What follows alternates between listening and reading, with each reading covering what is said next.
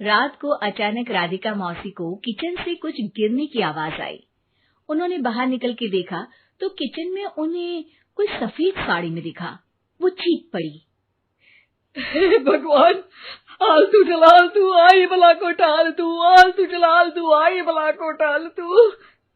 राधिका मौसी को चीखते सुनकर श्रवण बाहर आता है भागते हुए। अरे माँ, क्या हुआ? क्या देख लिया? दादी माँ आ गई क्या सपने में? अरे बेटा, रसोड़े में देख तो कौन है?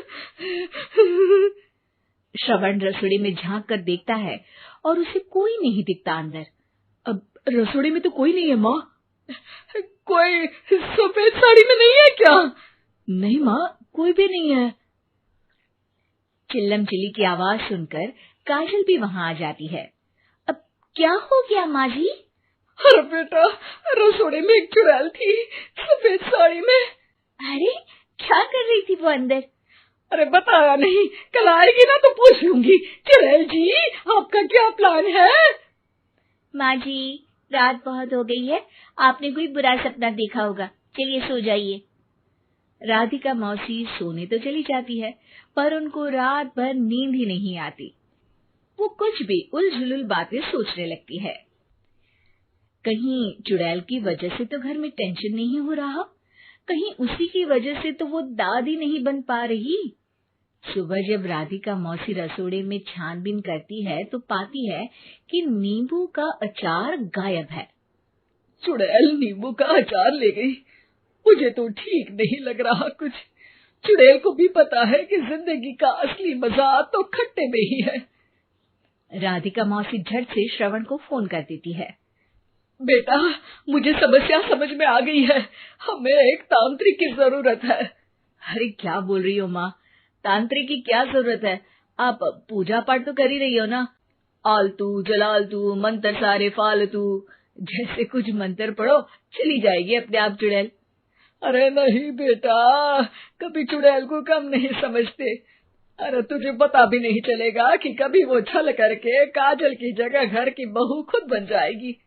क्या माँ, कुछ भी बोल रही हो? कहाँ काजल और कहाँ चुड़ैल। वैसे एक बात बताओ, काजल को अगर गाने के लिए बोल देना तो चुड़ैल काजल की आवाज सुनकर घर तो क्या धरती लोग छोड़कर चली जाएगी। तुम ना पढ़े लिखे बच्चे हर चीज को मजाक समझते हो।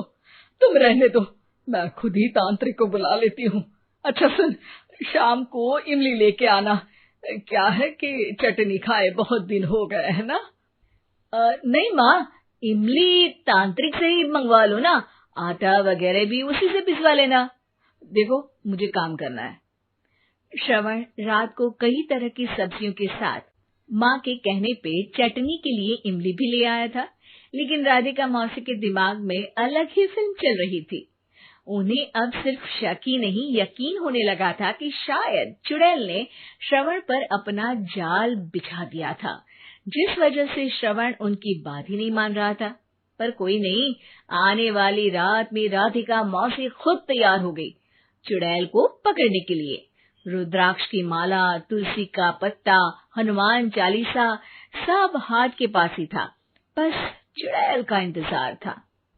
और जैसा राधिका मौसी ने सोचा था वैसा ही हुआ। वो चुड़ैल उस रात भी आई, पर वो राधिका मौसी से तेज निकली और राधिका मौसी के उससे पकड़ने के पहले ही वो भाग खड़ी हुई। जरूर बहू पे साया है उस चुड़ैल का, तभी तो श्रवण के कमरे में गई है। और अगली सुबह राधिका मौसी पिछली रात हुए हमले में किन चीजों का नुकसान हुआ उसका हिसाब लगा रही थी। उनके खेमे से एक आम के अचार की शीशी भी गायब हो चुकी थी, और वो इमली भी जो कल श्रवण लेकर आया था। राधिका मौसी इस बारे में सोच ही रही थी कि श्रवण जल्दी से रसोड़े में आकर दवाइयों की पोटली ढूंढने लगता है। अरे बेटा, क्या हो गया? अब माँ, वो काजल की तबीयत खराब है, बहुत घबराहट हो रही है उसे। हे भगवान, मैंने पहले ही कहा था कि तांत्रिक को बुला लेते हैं, पर नहीं। अब देखो, उस चुड़ैल ने काजल को अपने वश में करना शुरू भी कर दिया है। हालांकि श्रवण भूतों में विश्वास नहीं करता था, पर अब वो भी डर जाता है और राजी हो जाता है एक तांत्रिक को बुलाने के लिए। कुछ ही घंटों में तांत्रिक आ जाते हैं और राधिका मौसी तांत्रिक जी को सब बता देती है।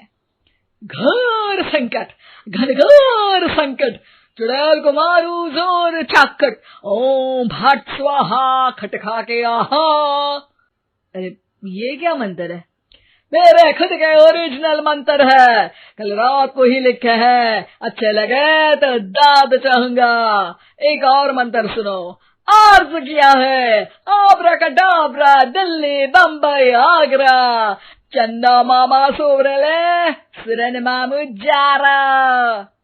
ये मंत्र है? अरे कोई 40 वालीसा पढ़ो ना।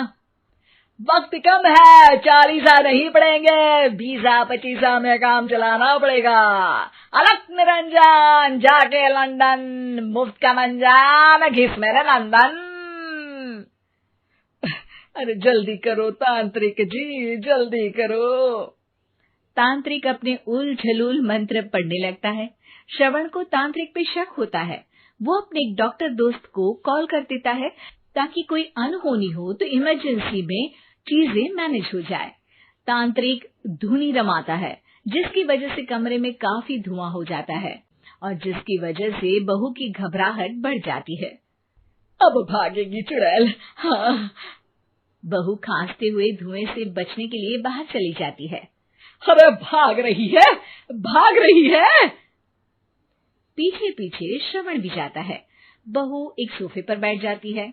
तभी डॉक्टर दोस्त आ जाते हैं और श्रवण को पानी लाने के लिए कहते हैं। थोड़े चेकअप के बाद डॉक्टर कहते हैं, मेरे हिसाब से जाप का काम पूरा हो गया है। क्या मतलब? अरे कुछ भी नहीं माँ, कोई चुड़ैल नहीं है, खुशखबरी है, अब दादी बनने वाली है। मगर वो सब अचार के डब्बे। श्रवण दोनों अचार के डब्बे अपनी माँ को दिखाता है, जो कि उनके बिस्तर के नीचे छुपे हुए थे। आपने सही बोला था माँ, वो चुड़ैल काजल ही थी जो खट्टा खा रही थी। हमें कल ही पता चला, पर हमने आपको ये तांत्रिक वाला काम करने दिया ताकि आपको भरोसा हो जाए कि भूत वगैरह कुछ होता ही नहीं। अच्छा अच्छा, ये तो बड़ी खुशी की बात है, पर बेटा मुझे एक झाड़ू तो ला दे। क्यों माँ? ये तांत्रिक का भूत उतारती हूँ मैं। अब तांत्रिक राधा मौसी के डर से घर से भाग निकलता है और राधा मौसी उसके पीछे भागती है।